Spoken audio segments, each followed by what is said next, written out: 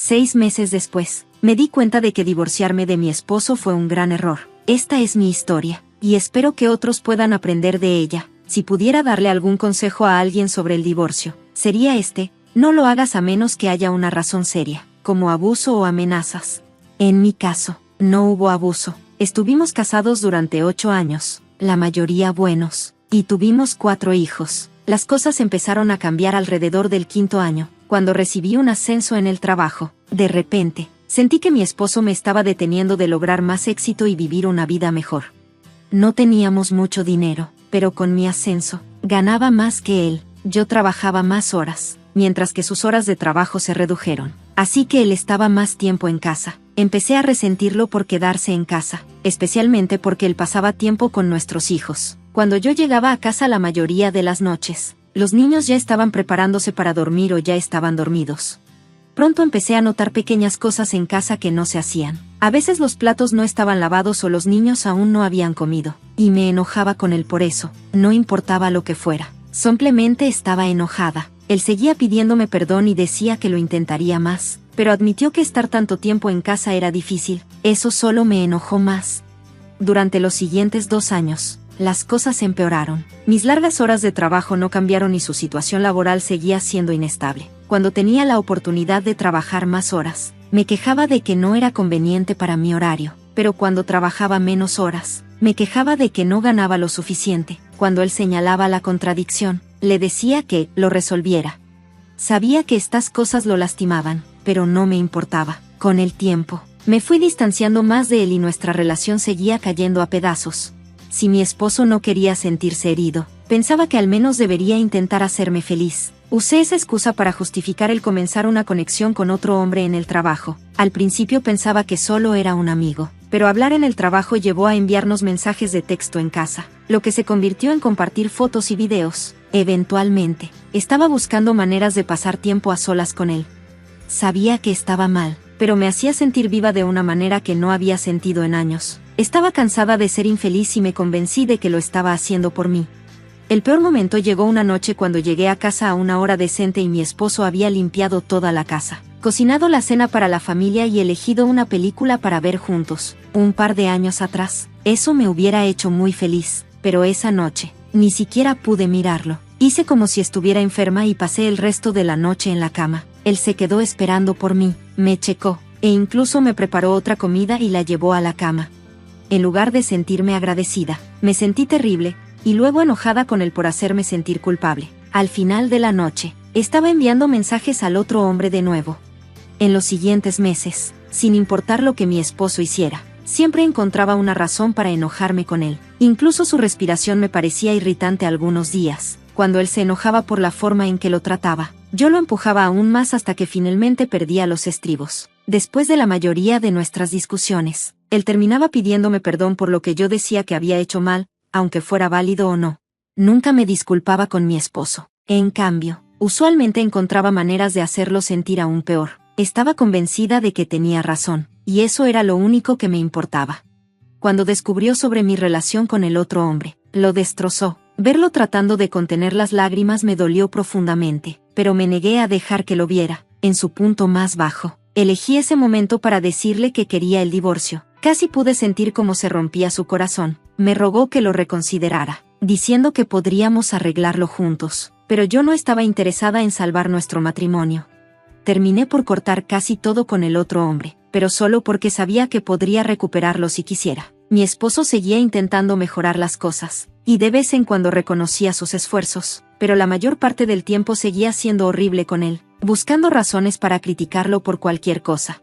Honestamente, no estoy segura de qué más podría haber hecho él para hacerme feliz, más allá de encontrar un trabajo que pagara lo suficiente para que yo no tuviera que trabajar. Él decía que lo estaba intentando, pero buscar trabajo y encontrarlo son 2 cosas diferentes. Por esa época, encontré un grupo en línea donde comencé a publicar sobre él, pero solo compartía mi perspectiva. Los comentarios comenzaron a llegar, validando cómo me sentía y convenciéndome de que tenía razón. Cuanto más publicaba, más creía que mi esposo no valía la pena quedarse con él. Internet me convenció de que mi esposo era terrible. Sintiéndome apoyada por todas esas opiniones, comencé a decirle cosas horribles y, a veces, simplemente lo ignoraba por completo. Confiada en mi decisión, contacté a un abogado y presenté la solicitud de divorcio en cuestión de semanas. Seguí usando los grupos en línea para validar mis sentimientos y obtener apoyo para seguir adelante con ello. Finalmente, el divorcio se finalizó. Mi exesposo no pidió mucho, solo que no nos divorciáramos y que intentáramos solucionar las cosas. Pero no me importó. Él estaba destrozado, pero yo me sentía libre. Pensé que finalmente podría hacer lo que quisiera sin sentir culpa ni tener que responderle a nadie. Esa sensación de libertad fue increíble, al principio.